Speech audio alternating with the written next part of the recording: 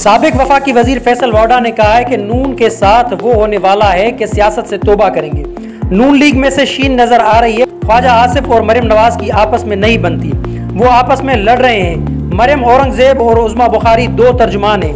वहाँ एक नून league London और एक पाकिस्तान है। उनके लिए बेहतरी है आएँ और सीधा जेल चले जाएं, क्योंकि लोगों ने तो निकलना नहीं है।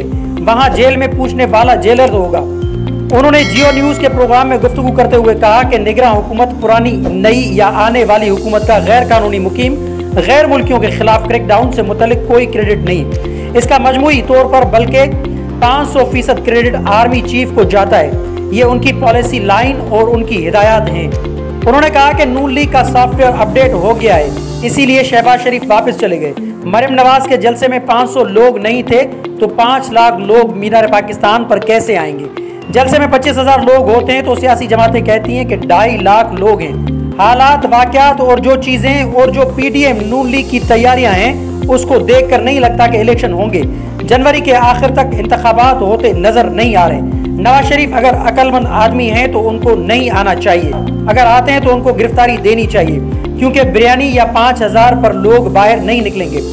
फैसल वाडा ने कहा कि 21 अक्टूबर मेरी तारीख पैदाइश का दिन है, मेरे लिए अच्छा और उनके लिए ना बुरा हो जाए। उनका गैर रिवायती इस्तकबाल का प्लान बन रहा है। मरियम नवाज जो कि ऑर्गेनाइजर हैं, उनके अपने जलसे में 500 आदमी नहीं थे। नून लीग के साथ वो होने वाला है कि सियासत से तौबा करेंगे। नून लीग में से शीन नजर आ रही है। ख्वाजा आसिफ और मरियम नवाज की आपस में नहीं बनती, वो आपस में लड़ रहे हैं। मरियम औरंगजेब और उस्मा बुखारी दो तर्जुमान हैं। वहाँ एक नून लीग लंदन और पाकिस्तान है। उनके लिए बेहतर है आएँ और सीधा जेल चले जाएं, क्योंकि लोगों ने तो निकलना नहीं, लेकिन वहाँ जेल में पूछने वाला जेलर तो होगा। मज़ीद खबरों और अपडेट के लिए जोत न्यूज़ को लाइक करें, सब्सक्राइब करें और कमेंट सेक्शन में अपनी राय का इजहार ज़रूर करें। अल्लाह हाफ़िज़।